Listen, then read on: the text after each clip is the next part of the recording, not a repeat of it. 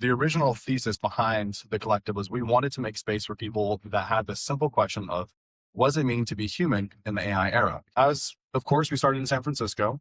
Within our third event, we were already packing out the place, needing to go and get venues. We're like, maybe there's something here. So in the beginning, the growth was actually not the goal. It was people that came from other cities around the world and were like, you know what? I think you guys have like a DNA or the source code for innovation, and I want to take that back to where I'm from.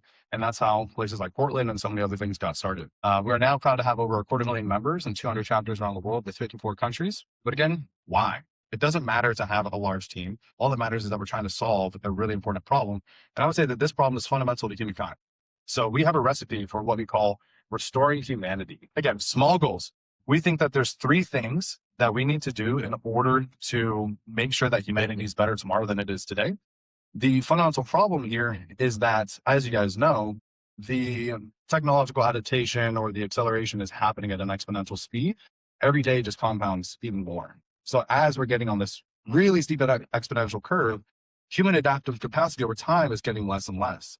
And what we mean by this is that you're now being overwhelmed with so much more information. You now have 1,000+ products to choose from. So it's becoming harder to adapt to the changes. And that's that trust gap that we're trying to solve. So in order to solve that trust gap, here's the 3-piece recipe. We put it out for everybody.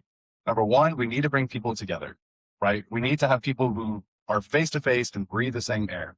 The reason why this is so important is because we just had social media, mass digitization, then get into the pandemic, which I know you guys have a lot of memories from, very fond, I'm sure. People are more disconnected than they've ever been. So bringing people together like this is the whole point. Now, if we can do that, that leads us to step 2, which is exchanging insights. So everybody who's in this room has a different path to get here. And we think that everybody can learn from each other. And so when we're able to exchange these insights and have knowledge transfer, for example, a room of really amazing crack devs and technical people who are going to build amazing things, I'm sure, we can drive collective progress, which is number 3, which is making sure that the world is a better place tomorrow than it is today, as cliche as it sounds.